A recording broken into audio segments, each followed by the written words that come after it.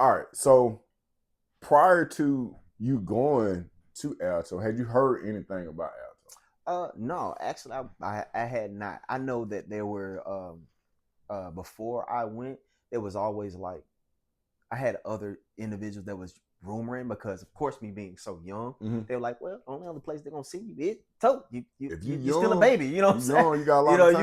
That's where you going. you got time. This is where you're going. You know Yeah. what I'm saying? And of course, that was the case. That was the that was the case. I didn't know anything about Alto at the time, other than what was rumored. You know what I'm saying? And if you can you expound on those rumors? Uh, the rumors were all, I think, like any other prison. Oh man, it's rough, man. They, what I'm saying, they got I'm trying to think what would like a rumor that was like very common, and I think that stood out.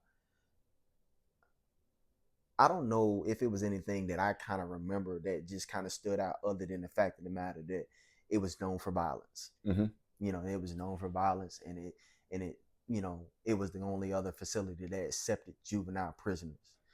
So but yeah, the one thing I could say about Alto when I did get there, man, I think it was his own little world, man. I think it was very abstract, man. I think a lot of people, man, when you get in the city and you see these elements and things, even when people watch movies, right, Mm-hmm. and you just see like this abstract idea of people's uh what they think of drug lords and Mm-hmm. gang violence and things of that nature, and then you get into this subworld of prison, man, and it's like it's all the elements that you would think on the street Mm-hmm. at high that you would have on the street at higher stakes. You know what I'm saying? Mm-hmm. Because there was anything you could think of was still in prison to a certain degree. You know what I'm saying? Certain foods, cell phones. You know what I'm saying? I've even knew motherfuckers who snuck a gun into the penal system. Wow. You know what I'm saying? So, you know what I'm saying, or real knives. Yeah. You know what I'm saying? And of course, definitely any criminal drugs, you Mm-hmm. know what I'm saying, always. I knew there was cats that were, I'm talking about, gone off of crystal meth and cocaine, especially like when they finally closed down Alto and they Mm-hmm. started they shipped us to Washington, man. Right. Washington was so flooded because it was so sweet at the beginning, because how lax security was. Man, them folks had everything they You had know what, everything as bro? I normal. never saw nothing, man. I don't know if I was just focusing on what I had going on, but bro, the whole time I never saw a cell phone. I never saw. I heard about certain things, Yeah, yeah, yeah. but I never saw. It was very brief for me, right? Mm-hmm. You know what I'm saying? Of course I didn't see it in Juvenile. It wasn't until I hit Gym Pop, which I hit Gym Pop early because Because how old are you when you hit general? No, look, okay. When you go to Alto, you're actually in the brown stripe. I am. All right, so this is where you do your diagnostic at as well. Okay, so what does diagnostic look like to a 15-year-old? 15, right? 15 at Alto during this time. Well, we get off the boat. I mean, when we get off the bus. Do you remember anybody that you came to contact with that day? As far as an intake?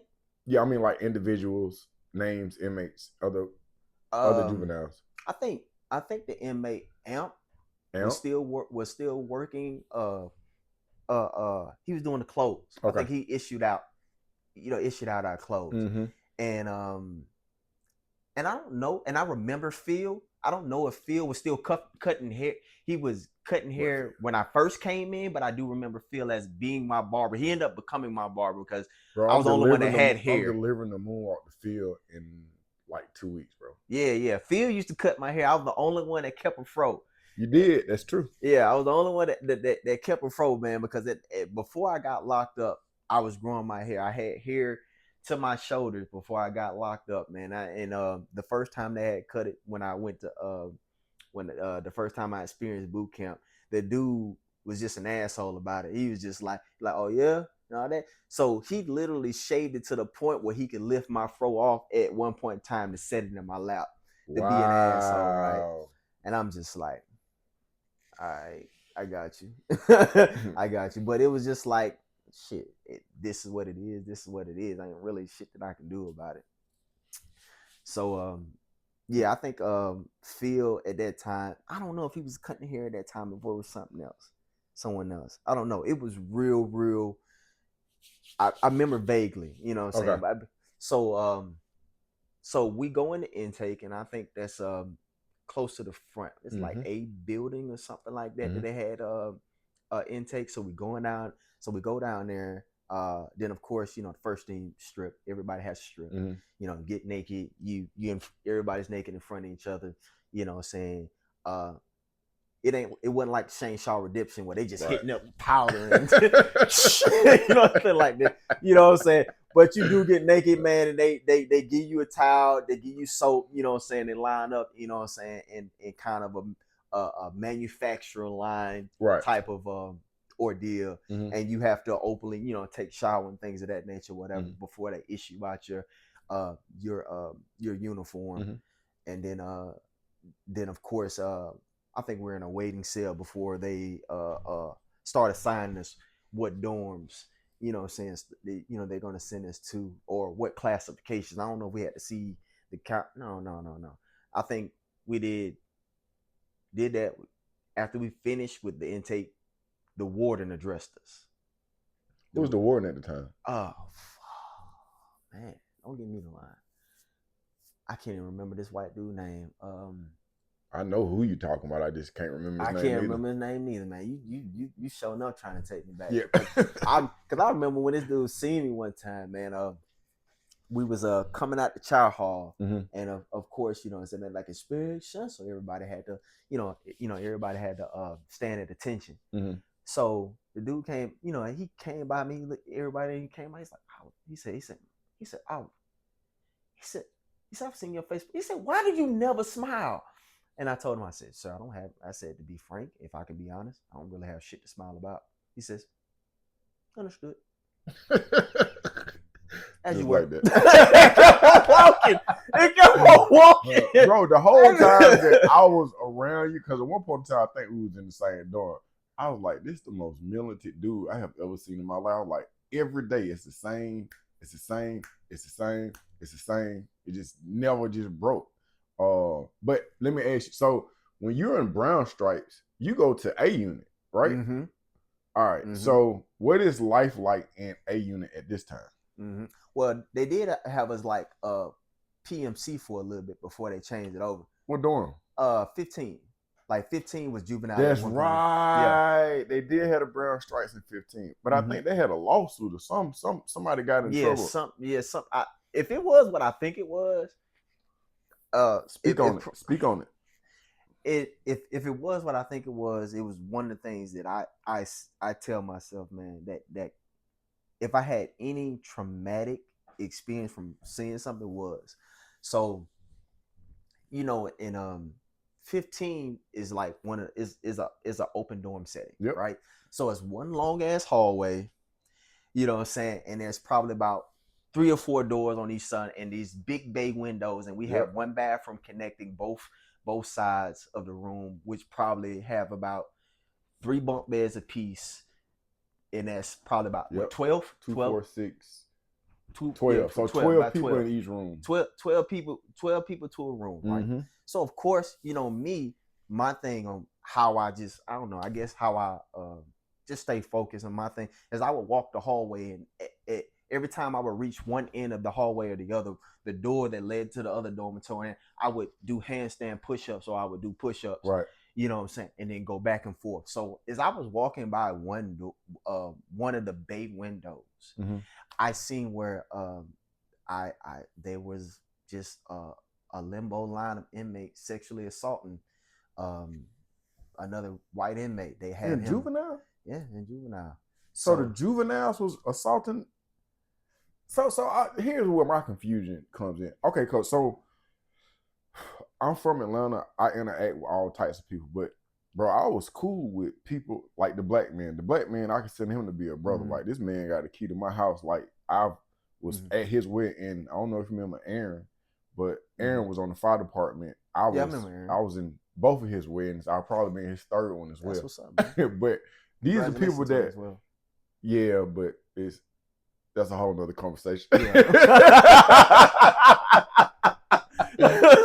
So what I'm saying is, I kind of cling to like-minded people. There was a lot of homosexuality going on at Alto. It was a lot. I'm talking about, and this was this was new to me, bro. I had never been around it. Oh, man. So what confuses me is that how have juveniles picked up these habits so early? How did this even happen? Bro, we'll come back to the story, man. I'm gonna tell you something. While we was on the bus, on the bus, and I don't know where the hell they got it from. Right, this dude was already on the bus. He's like, look, man. Shit, man. He's like, I ain't never going home. He said, when I get there, I'm gonna get me a boy. He said, I'm gonna hit me a box, get me a boy, and whatever. I was like, what is this nigga talking about? You know what I'm saying? He's already premeditated as a juvenile, premeditated to. He's like, I am finna be a homosexual. I'm finna be a thug, and I'm finna be a thug in the chain gang because I'm never finna go home. He had already had, this is on the bus. We ain't even got there. You know what I'm saying? So I'm like, and me, of course, it's a foreign language. Some of the stuff that he's saying, I'm just thinking that this dude is ranting and raving. Right. You know what I'm saying? Right. But I can see the excitement, and I'm like, me, I'm type of person. I'm real quiet. I'm an observer. I'm trying to figure out what is going on. I'm in my own thoughts. So you know what I'm saying? So it's just even on the bus, I can already kind of see. I can see who's clicking up. Yep. You know, I can see who's already rowdy, who already got their preconceptions of what of how it's going to be. I can already see the individuals who think they finna run the chain gang. Yeah. You know what I'm saying? Before we get off the bus, you can see the energy and the enthusiasm. And then I also know a lot of those cats that when we got off the bus, how so many things did not end well for them. You know what I'm saying? Did not end well for them. I know at least 2 gentlemen, and then somebody who was close to me, 2 who had committed suicide because when they did get over the gym pop, being very rambunctious, they found themselves assaulted. Yeah. You know what I'm saying? And sometimes one thing that I did learn about when I did go into gym pop is that I don't think it was a thing of enjoyment more so than it was if you went across there thinking that you can't be beat, that it is almost essential for them to break you. You know what I'm saying? They will, you know what I'm saying? They will find out. If you think you can beat the chain gang, the chain gang will come at you and line up. No, for real. And let you find out if you can. And some of those, it's the unfortunate rule of thumb. If you lose some of those fights, it comes with consequences that you may not want to live through.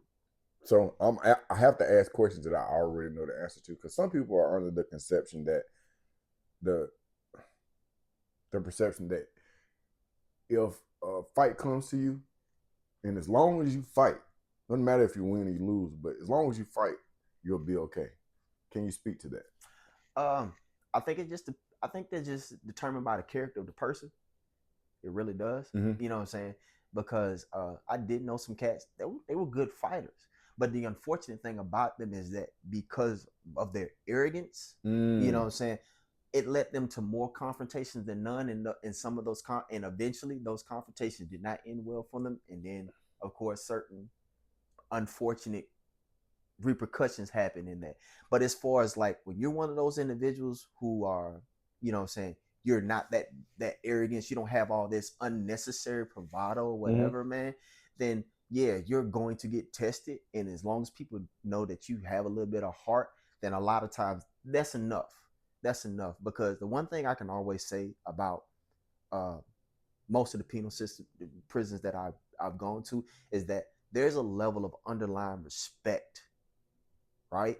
When somebody knows that you'll hold your own. Yep. Because every man is always expected to have that certain capability of taking it further than what you know what I'm saying? Because a lot of people, man, and this is why I enjoy teaching self-defense, because I think so many people don't understand what's at stake. Most people have not even been in a real fight.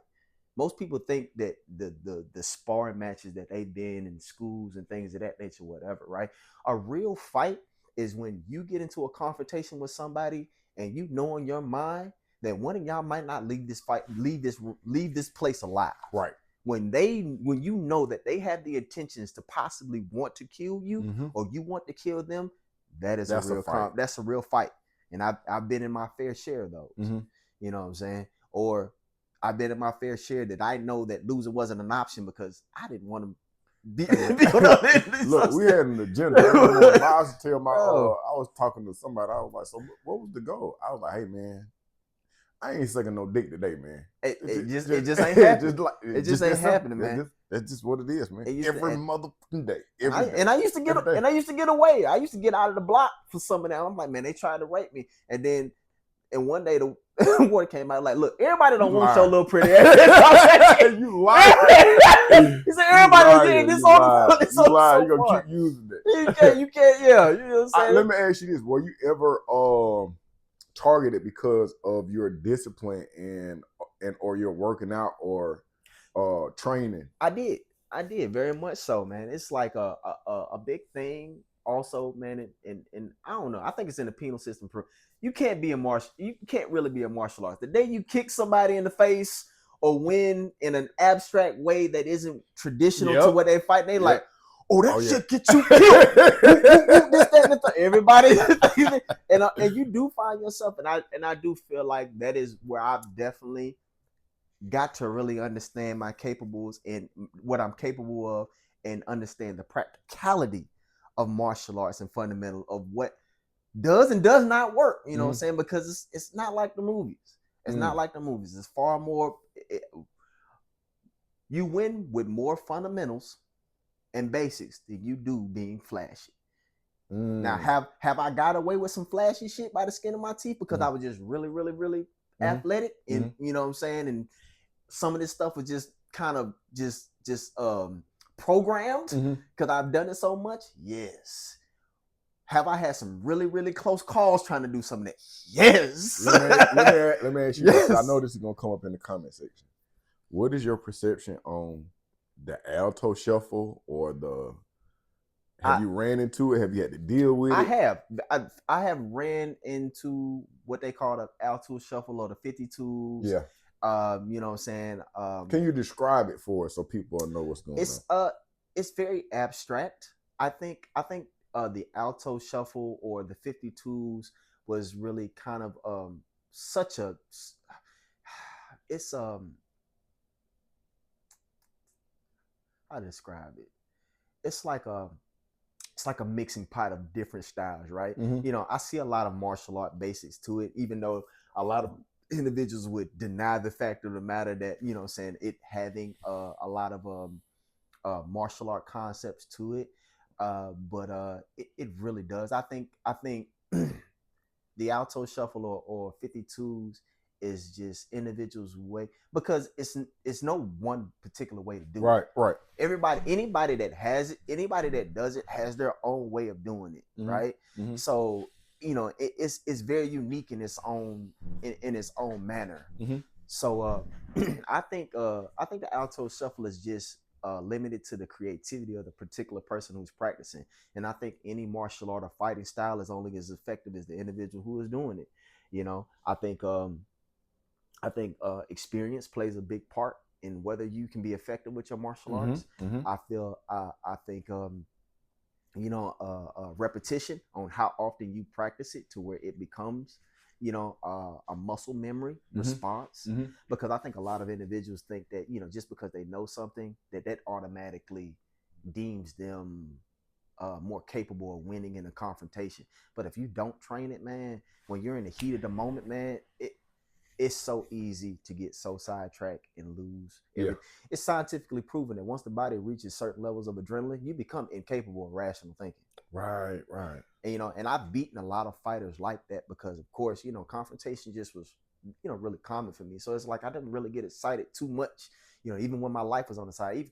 Man, I've had people tell me, and they're like, you know what? Oh, you know what I'm saying? I was going to stab the shit out of you. And I was like, yeah. yeah, that makes sense. You know what I'm saying? You know, it's just a common conversation, and I'm just like, yeah, it makes sense. Yeah, tomorrow's Tuesday. Yeah. So So you know, but I've gotten into confrontation with individuals, man. They so hyped up that they become mimic fighters.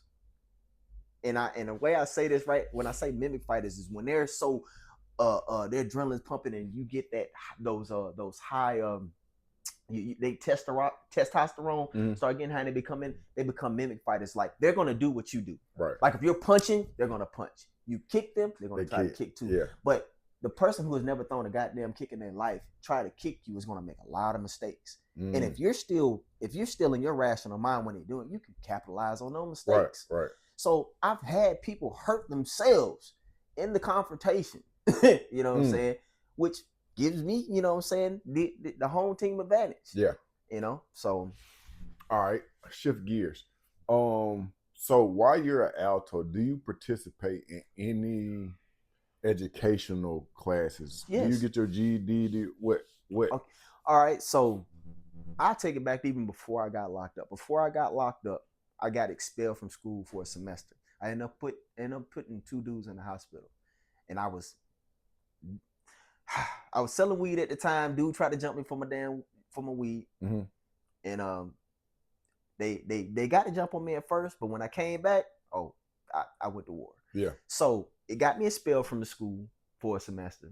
And I ended up going to an alternative school, right? So when I ended up going to this alternative school, the guidelines of this alternative school is that you can work as fast as you want or as slow as you want. It's at your pace. You know what I'm saying?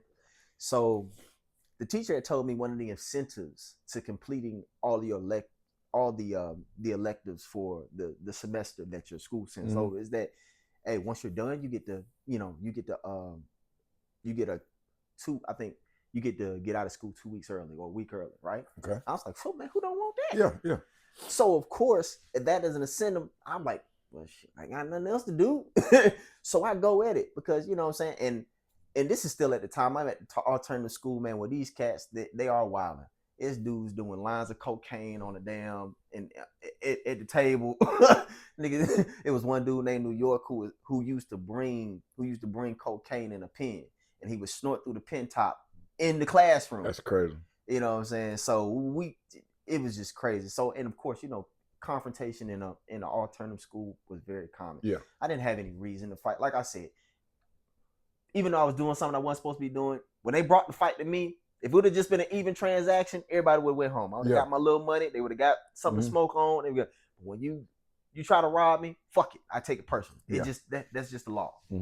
So when I started doing my work at a rapid pace, the teacher there ended up, I can't remember her name. I wish I could remember her name. She's saying, she's like, you know what, Amon, you're doing pretty good. You know what I'm saying? So the average, you had to make a B average. I think it was like an 85 or better, right? So she brought me back my paperwork. She's like, look here, Amon. She's like, I see your potential.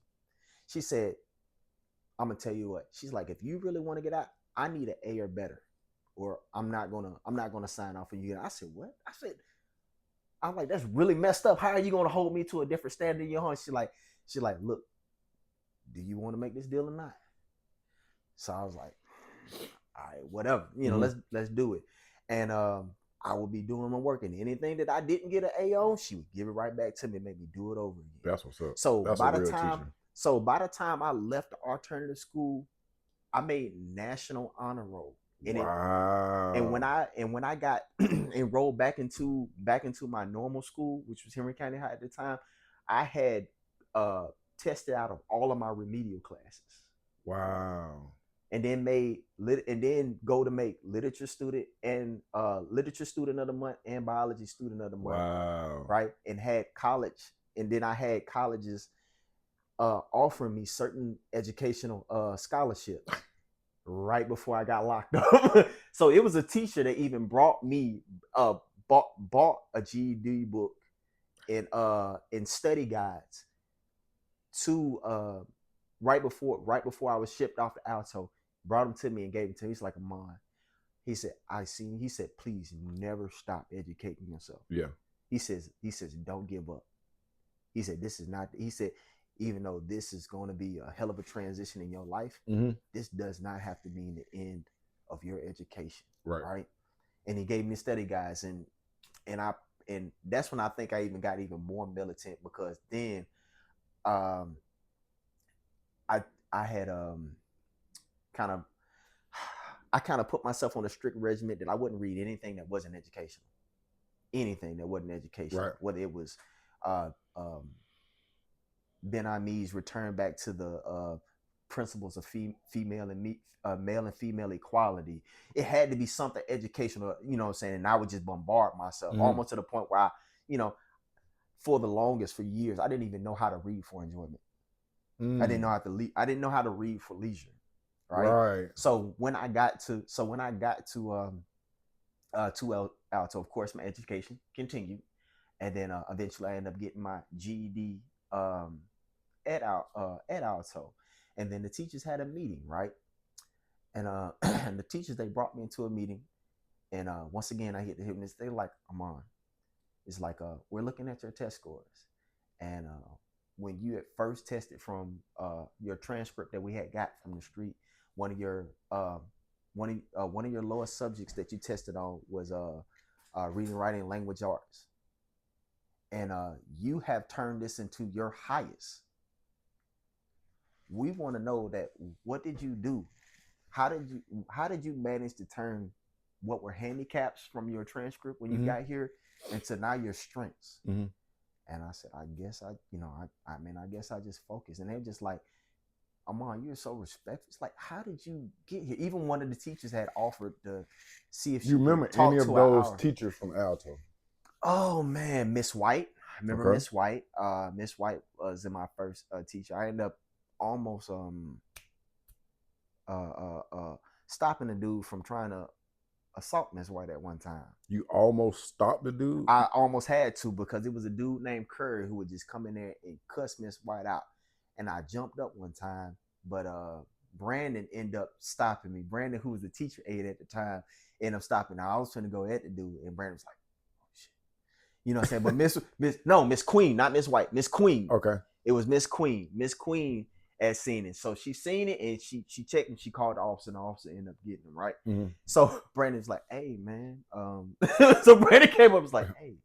He said, hey man, look, we still, and I'm like, you know what I'm saying? But at that time I just knew I was just standing up for what I thought was right. You know what I'm saying? Right. So I mean, he came at me, he was like, well, but Brandon seen me like, damn, yeah, all right, kung fu. So then it's like, damn, this dude, he said, this dude's fucking go. But yeah, man. So I got my GED, man. I got a lot of compliments from the teachers. I think one of the teachers, was it not Miss Blair. It was, I remember how she looked. She wore glasses. She had urban hair. She was probably about 5 foot, slightly older. I think it was a lot of, she aged well, you know what I'm saying? Because unfortunately we had B11 masters used to target her. For people who don't know, what's B11? What's a B11 master? B11 is masturbating in front of an officer, right? You know what I'm saying, or masturbating off, or being caught masturbating, because I can't even say that it was always off female officers. Unfortunately, that is true. So welcome to ALTO. Yeah. Some of these guys, I don't know, man. I don't know to commend them for their imaginations or condemn them for their convictions. I had a theory. Until you told me that it was some guys that were juveniles. In my mind, so here's my concept. I've never interacted with a man because I'm not attracted to them. Same thing with Black Eyed Peas. I don't like Black Eyed Peas. It don't matter if you fry them up, boil. I just don't like. So then I started thinking about this thug life. So with me, I'm not.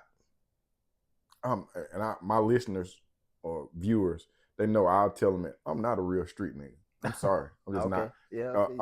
I was unfortunately brought up in poverty, and it caused me to pick up certain habits that do not mesh well with the law. And it's just, I can understand that. Yeah, survival is a real thing. So then my concept is this. So when I get into this environment and I'm seeing people, first of all, I got here because I'm trying to do something be something that I'm not. I'm trying to be tougher than what I actually am. I'm trying to play basketball. I don't like sports. I play the violin, bro, in real life. I really, honestly, I find that commendable, bro. I respect anybody who plays an instrument, man. I don't think people give enough credit to individuals or truly understand the level of dedication and tenacity you have to have, man. Understanding keys, being able to read notes, read music, things of that nature. It's so crazy how so many individuals can celebrate rappers, rap artists, and things of that nature, and not be able to understand the fundamentals that they wouldn't be anything without the beats. You know what I'm saying? And these beats are made of musical notes. Yes. They're made of instruments, man. That individuals they're playing it. And you know what I'm saying? And even a lot of your favorite rap artists, man, they have degrees in music. That's true. They have degrees. They can read and recite music. So I understand, and I have so much respect for individuals who play instruments. And I've never been able to do it myself. Out of all the things I'm capable of doing, I'm a jack of a lot of trades. This a couple of years ago, I went and I was just like, bro, are you done pretending to be something that you're not? And as a, I go to therapy, so I'm just like, bro, I don't watch sports. I don't play video games. I'm just like, bro, what do you really want to do? At some point in time in my life, I put down what I wanted to do what I thought other people thought I wanted to do, which is play ball. You know what I mean? My dad, my uncles were military, so I was like, well, I know they're gonna come to my game. Bro, I do not like football. I don't. I'm like, bro, this shit hurt. I don't want to do it. Yeah. And then when it came to strings, because it was the violin, viola, the cello, the bass, bro, I broke my violin so they would stop bothering me about it, because I'm so busy trying to be something that I'm not. Let's go to alto. So when we go to alto, I'm just like, bro, in my mind, I'm like, you not really gay. You pretending to be something so that you can be like this superior being or this super predator. That's not who you are. So in my mind, I'm like, you done tricked yourself into raping somebody. You done tricked yourself into finessing somebody out something that you don't even want. And I'm just like, now it's a way of life. Can you chime in? It's a lot of psychology behind it, right? And that's also goes into further my education inside the penal system, because after getting my GED, of course, I also went to trades. Me too. Small engines. What else did I get at Alto? Was it carpentry at Alto? No, it wasn't carpentry at Alto. It was small engines and auto maintenance. Auto body and painting. Auto maintenance and detail. Small engines I got there, and then I didn't. And then later on, after we went to they shipped us off to Washington. I took BCSC with Miss Dennis. Yeah, with Miss Dennis. Yeah, business customer service technology. Yep. And I also ended up getting another elective. That's what's up, bro. I feel like, bro, we just got close. We just had a bond, man. Hey, man. Yes, no, what I'm saying is, bro, at Alto, I took the computer class. I took woodwork. I took auto body and painting. I took barbering. I stayed in culinary arts for 4 years. Oh yeah, I know that was your hustle, bro. Hey man, that was your hustle, man. Don't be sitting there playing like a rat. Hey, me and the black man got ice cream and lamb chops. Hey. But the only thing about it is like I didn't benefit a lot from that, because I was a vegetarian. I was a vegetarian all through prison too. Right.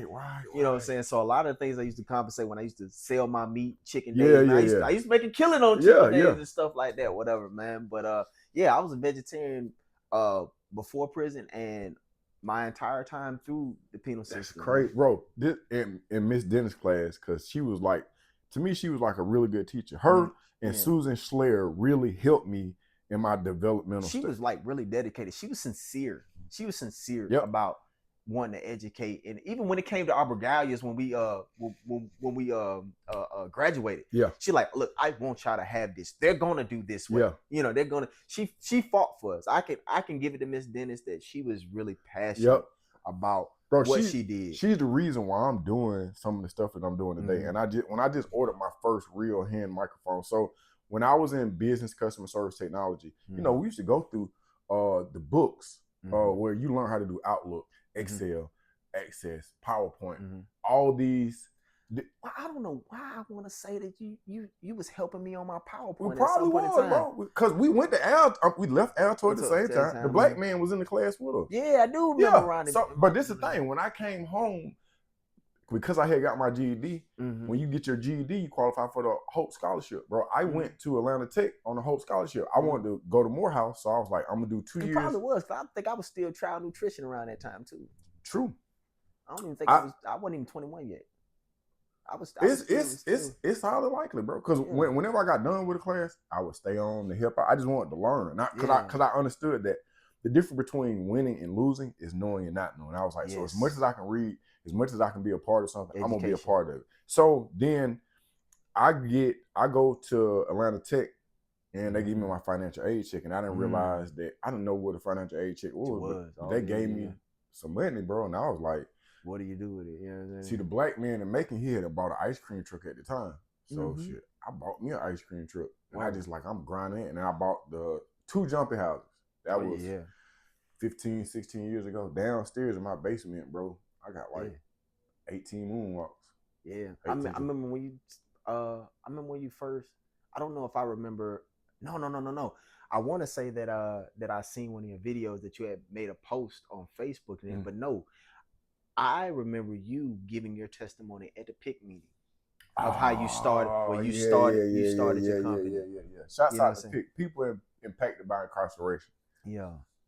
Okay, not my interview. Now I just forgot we was. Yeah, man. I tell you, man. But okay, so I brought up Miss Dennis because at one point in time I had this idea. I was like, man, what if this was back? Then it was this is over 20-something years ago. Yes. I was like, man, if I just showed up with a camera and a microphone, people would think that I was BET and I could be doing this. And then Miss Dennis said, this is what I remember it, bro. She said, it's going to come a point when you have to stop pretending to be something that you're not, and you got to start becoming what it is that you want to become.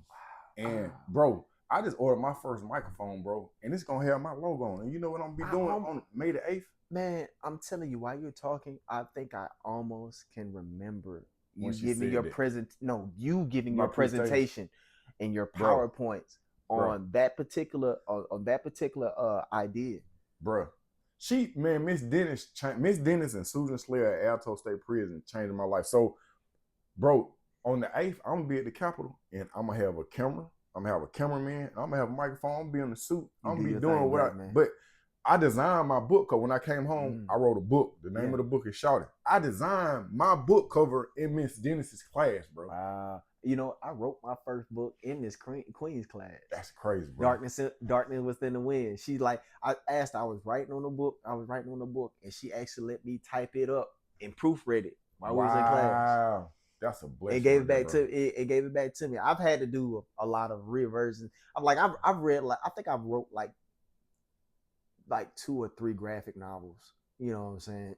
Say graphic novels. Yeah, graphic novels. Because I draw too. I'm an artist too. Yeah. Me and Scott used to draw all the time. Talented dude. Did you ever interact with Brumbelow while we was at ALTO? Briefly, right? Not like I don't know why I thought y'all was in the same sector, because all y'all was kind of like on some you talking about like the D&D crew and all that? Yeah. I remember Brumbelow, man. At that time, I think Brumbelow had Trent wasn't in the dorm in that, because at that time it took me a minute even to get into the RPG scene, right? What's RPG? Role playing games. You know what I'm saying? So Scott was the one that introduced me there. Right. And then me and Scott used to train, you know what I'm saying, martial arts, right? So at the time I was just one of the major arts that I was using, I think I used majority of the time when I was fighting was JKD, which is Jeet Kune Do, which is really non-traditional. It's a style that Bruce made, which was the way of intercepting fists. Okay. Shout out to my Sifu, Ahmad, Samoan black man. Brother, man, used to really, I love it. The fact he used to come to my house just to give me lessons, man. He would bring students for me to train with and spar with at my house. I don't even know how my mom's met him. Mm-hmm. You know what I'm saying? But a lot of my Sifus and martial art instructors were close friends of my mother from the military. So yeah. So but I don't know if that's sidetracked, but I think we was talking about education. We were. You know, said we. Yeah. Okay. So I keep forgetting that the camera is here. What is so at Alto? When I got to a point where I was like, you know what, I'm not gonna be a basketball star. Mm-hmm. I'm not. And at some point in time, after I lost about 2 teeth, then I found out, like, bro, I don't want to play basketball. I was just like, well, you don't want to play basketball in the chain game, man. It's like the way they take it, right? Because I guess of the environment of how much free time that we have on our hands. Mm-hmm. I think everyone needs something to have that they envelop themselves into to find a sense of identity. And I think that's one of the reasons, even because I ended up getting a psychology degree in what? While I was in prison as well. What? Yep. Yeah, I minored in it. So and it, but the thing about it is, man, even with my psychology degree, I think it helps. I think my psychology degree helps me explain it, but my experience helps me comprehend it. Right. You know what I'm saying?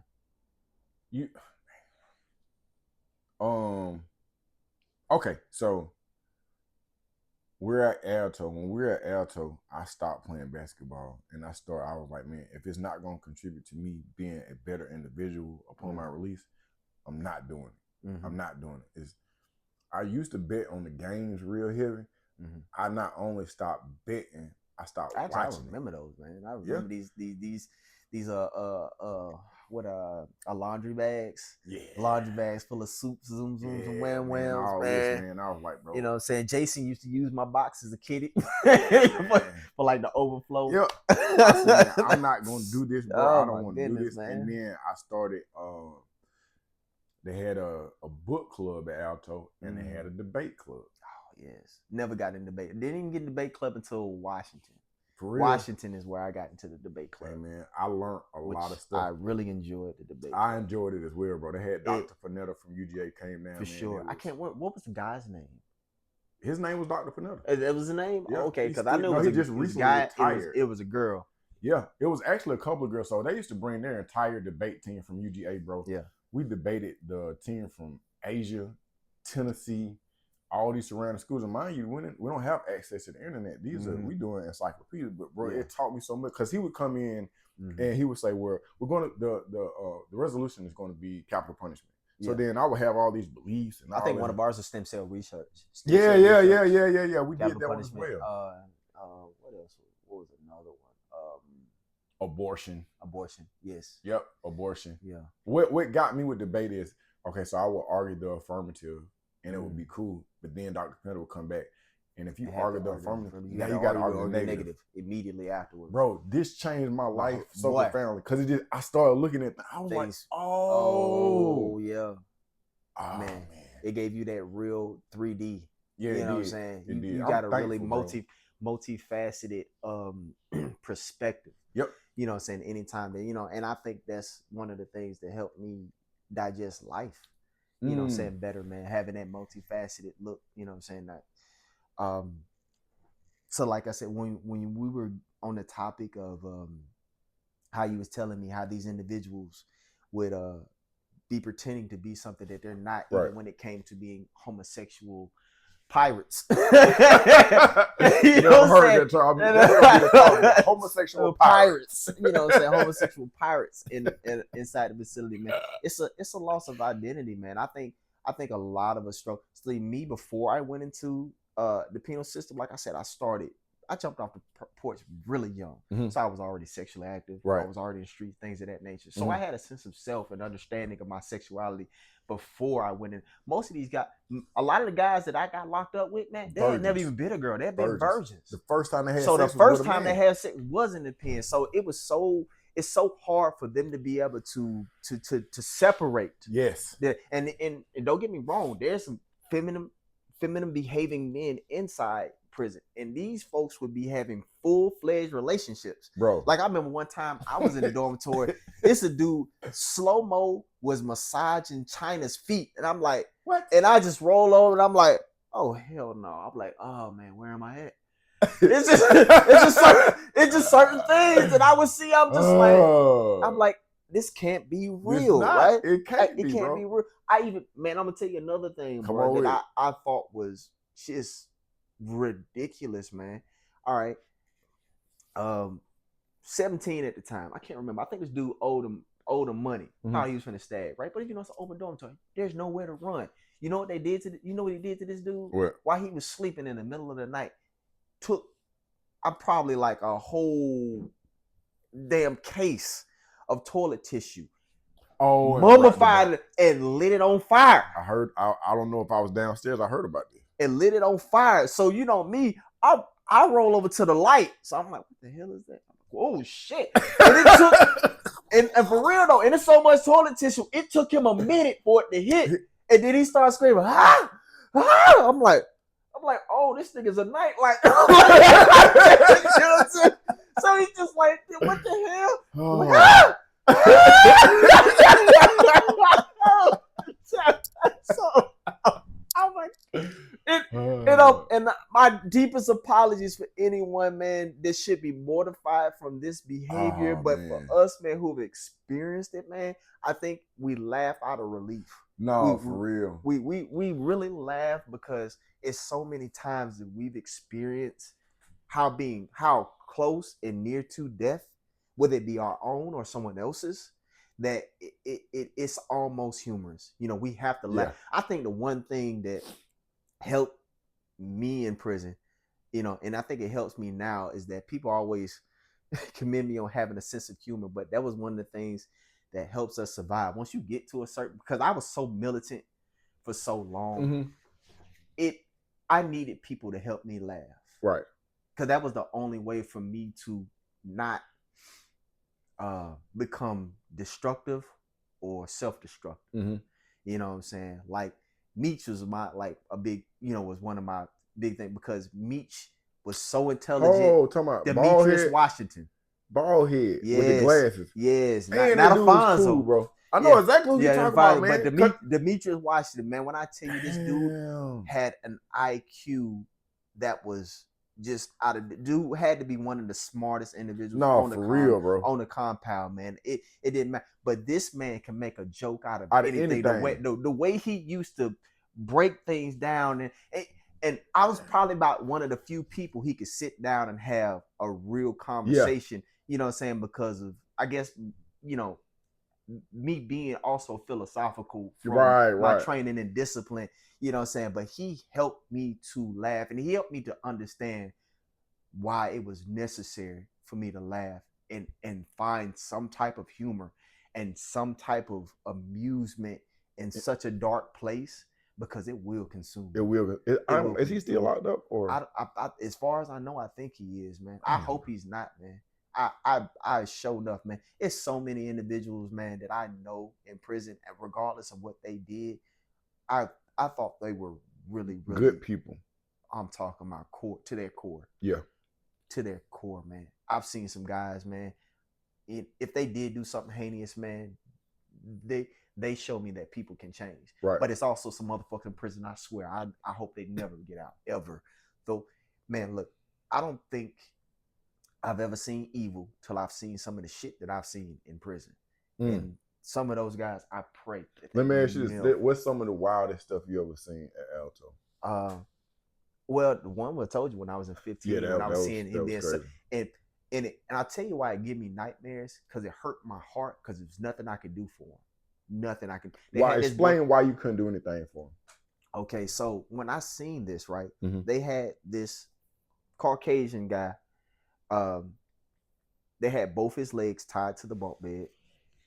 They had him bent over, because you already know that it had that rail in the front of the bunk bed, and they had his arms tied to our towel rack with a sheet, and they had his mouth. He slept through this, or they just no. They had him. No, this was forced. They had this man mouth gagged with the pillowcase, and this line ran from the side that they were assaulting him at, through the bathroom, to the other side.